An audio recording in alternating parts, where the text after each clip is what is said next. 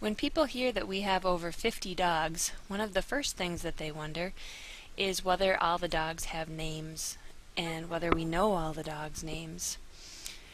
When people ask that question, one of the things that we usually ask in return is, how many kids are in your class? Are there 25 kids in your class or 30 kids in your class?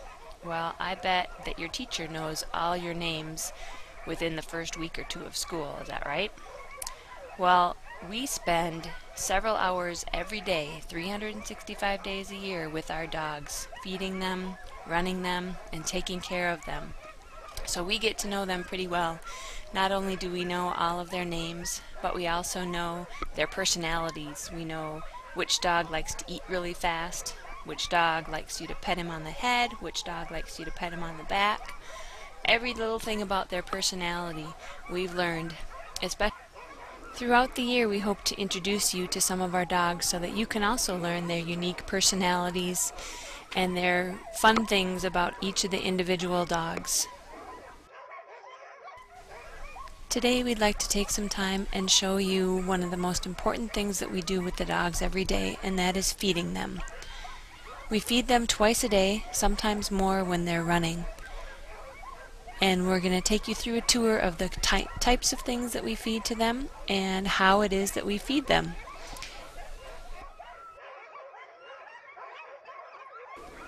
The loud noise that you hear in the background on some of this videotape is our generator. We live in a place where there are not any electrical power lines coming to our house, so in order to have power, we have our own electrical generator. It sounds a little bit like a loud truck or a motor running, and it creates a rumble in some of the background on this video.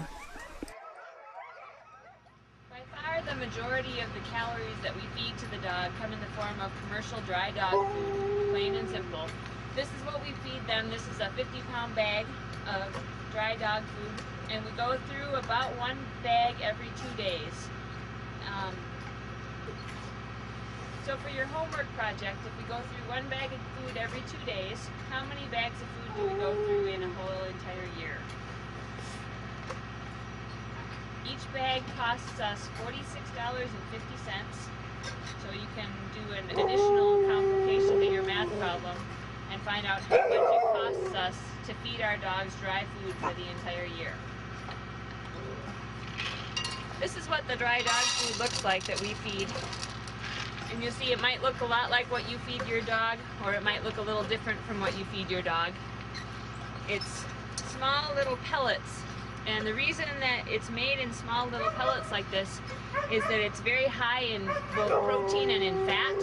And in fact, what they do is they spray oil on the food after it's done being cooked, and that's a way to get a little bit extra oil in the food for the dogs.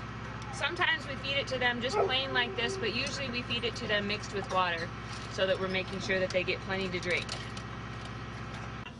There's a number of things that we feed to the dogs on a regular basis in addition to the dry food. What you're looking at right here is a 50-pound block of frozen raw meat, and it's made up of mostly beef, and there's also some eggs and beef liver and corn oil, and also vitamins and minerals mixed in there. So it's kind of like a commercial dry dog food, but not dry.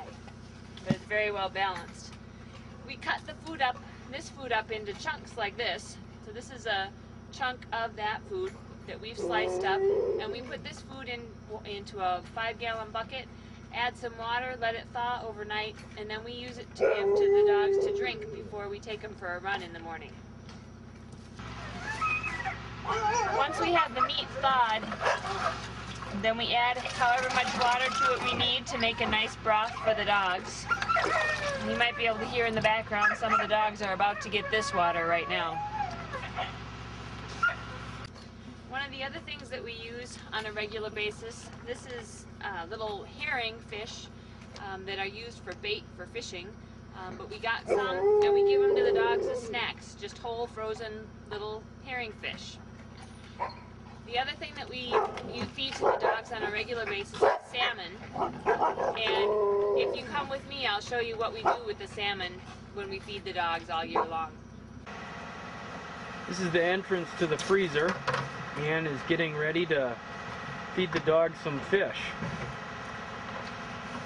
Inside there you can see our freezer door.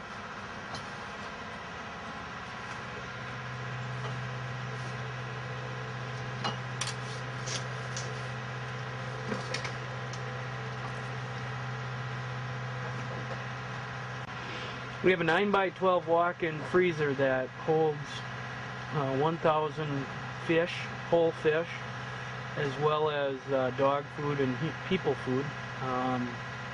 We have tripe, beef, lamb, and herring, which we feed to the dogs.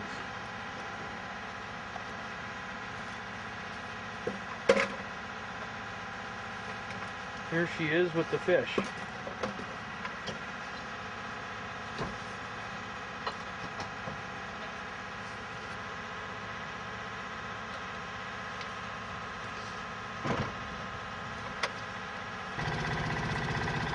Ann's gonna light the cooker. Finding the match.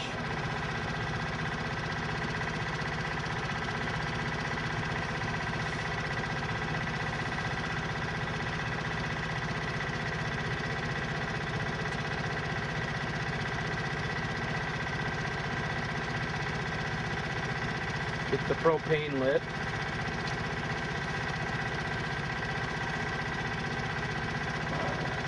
Put the cooker back in place.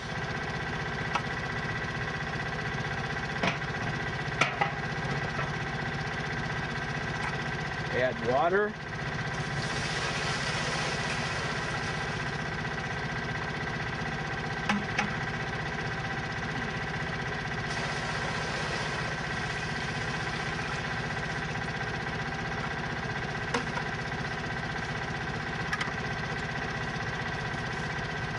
In general, we feed 5 whole salmon a day. We like to get it cooked the night before, the day before, so that it's ready for our morning feeding. Those are frozen fish, so it'll take several hours to cook this into a meal. After a certain point, we'll add rice, and then in the morning we end up stirring the fish and the rice together and scooping it into the buckets. Put on the cover and wait a few hours. So here we are, the fish is all cooked. Now what we do is we stir up the rice and the salmon and make sure that it's all mixed together well. Once I'm pretty sure that it's mixed together, then I'm going to divide it out into the 6 buckets that we use to feed the dog food.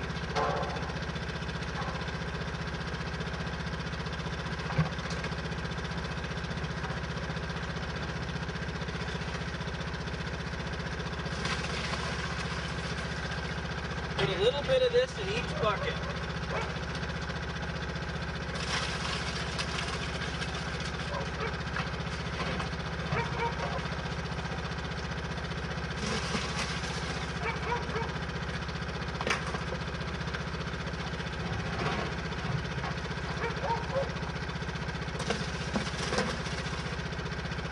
And as we get towards the bottom, it's a little harder to scoop. That's when we cheat and take the whole cooking pot. Okay. And as you can see, the rice and the salmon is mixed together.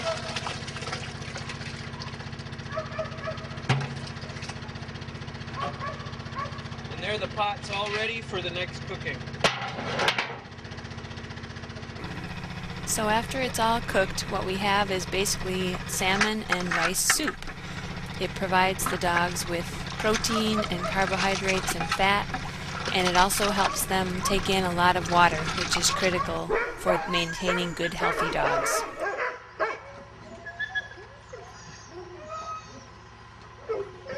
Got the fish all scooped up to feed? No, it's not.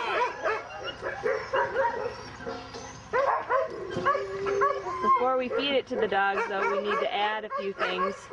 He's going to take the buckets in the shop and add some corn oil and then fill the buckets up with water. We always make sure to get the dogs plenty of water. So here we are in the shop where we add some things to the fish that we've just cooked up.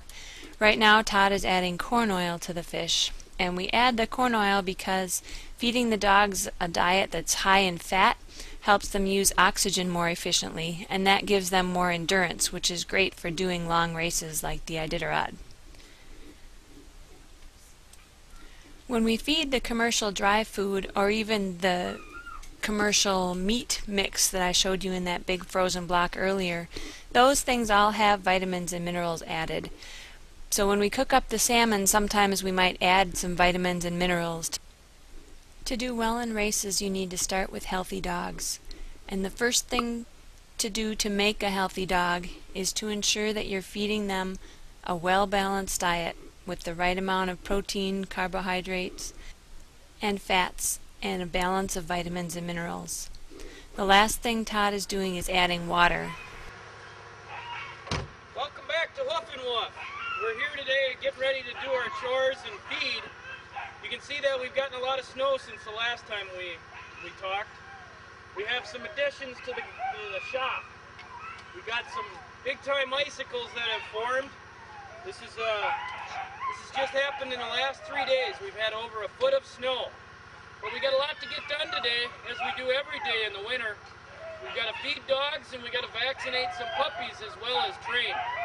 So if you've got some time, you can come along and help.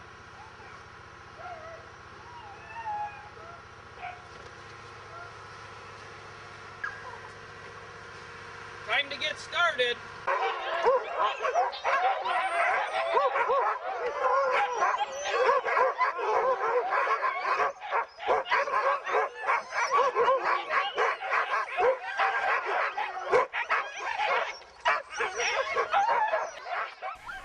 We showed you how we mix up the food that we feed them, and now here we are actually giving the food to the dogs. Todd's using a metal bowl that's attached to a wooden stick that we use as a scooper, and that metal bowl is a 1-quart bowl, and each dog gets 2 scoops.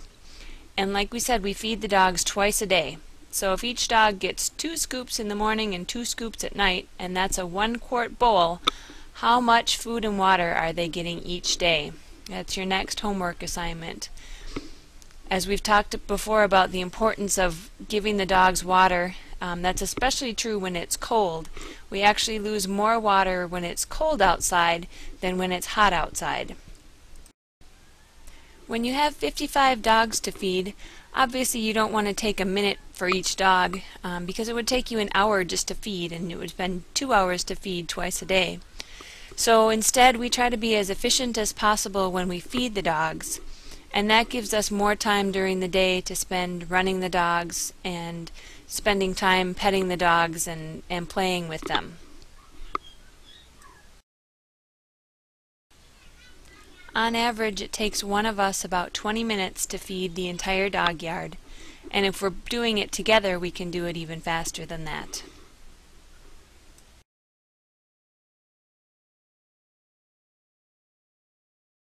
This is Gabon. He's waiting not too patiently to get his share of the food.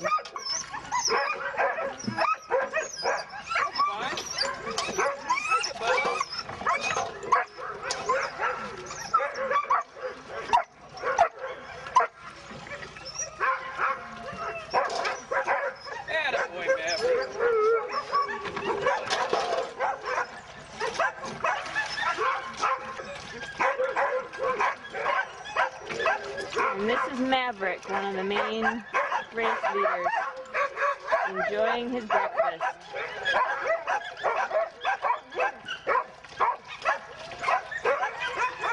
It might seem like they're eating pretty fast compared to pet dogs that you might know.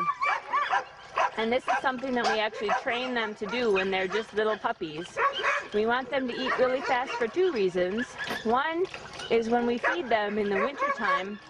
Up here in Alaska, it can get very cold, and sometimes it's 40 or 50 below even when we go to feed the dogs. And when we feed them when it's that cold, if they don't eat everything right away, it's going to freeze, and they're not going to get their food, and they're not going to get their water. The other reason that we want them to eat really quickly is that when they're on races, when they get into a checkpoint, one of the first things that we try to do is feed them. And we want them to eat and then curl up and go to sleep and have a nice rest. So the faster a dog eats, the more rest it gets at checkpoints. So we talked about the importance of getting the puppies to eat fast and eat well, so that the food doesn't freeze when it's cold, and so that they eat right away when they're getting to checkpoints on a race. And this is how we do it.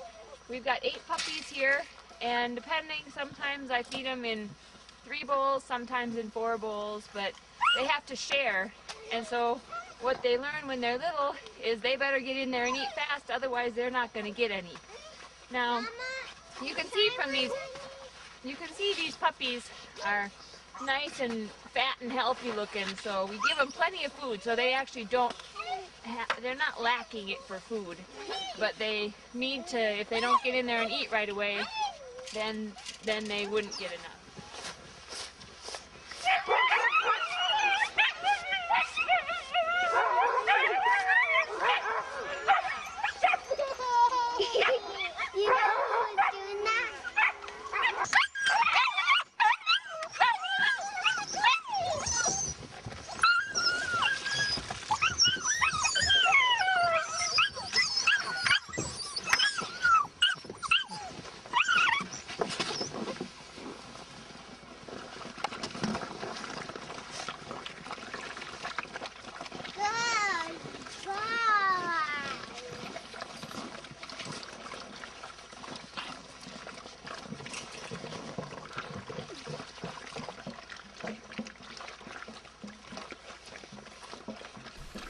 So as you can see, the puppies are doing the best they can to eat as much as they can as quickly as possible. And this, as we said, is exactly what we're trying to teach them. We want them to eat fast and eat right away. And then this is a trait that they will keep with them through their entire lives, and so they'll eat as fast as you saw Maverick eating. Maverick is 7 years old, so he's kept that since he was a puppy. One other final benefit of having the dogs eat fast is then, if a dog doesn't eat when we feed them, we know that that's a good indication that something's wrong with that dog. It might have a little bug, or somehow it isn't feeling right, and we can check that out.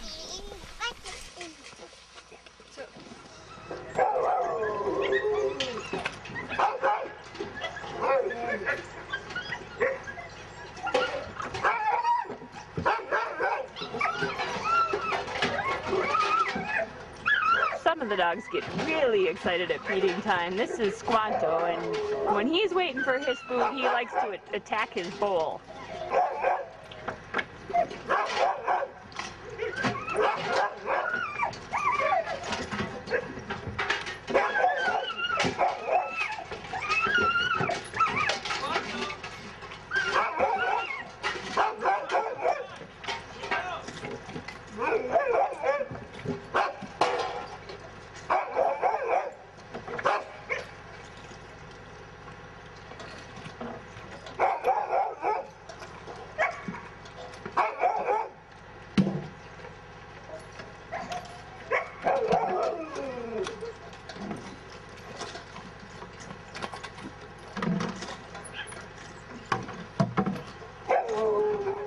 So after the dog team has been fed, they're much more calm.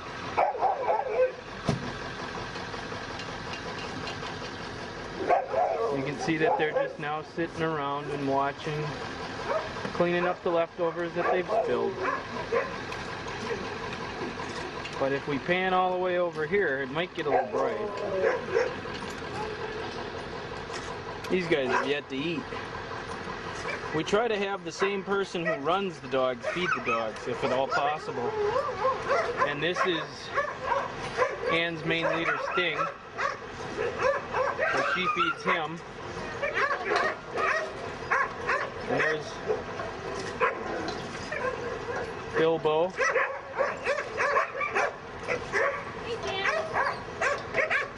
And Sam.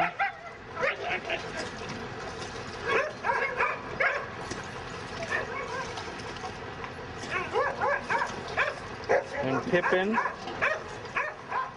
Twix. This is Twix. Twix is one of my leaders.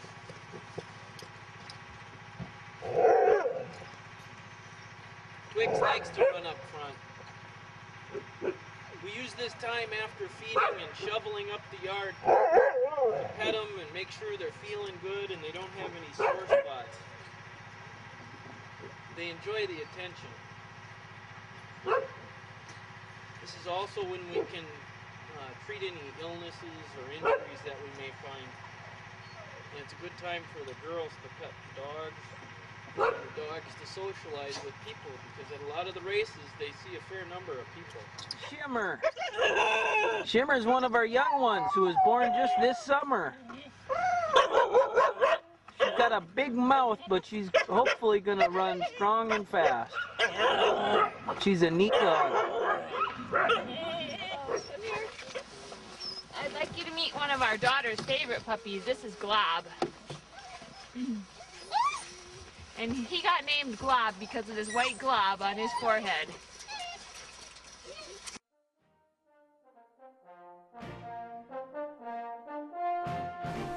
Talking about dog mushing or mentioning the Iditarod sled dog race conjures up images of a musher and dogs traveling across expanses of Alaska.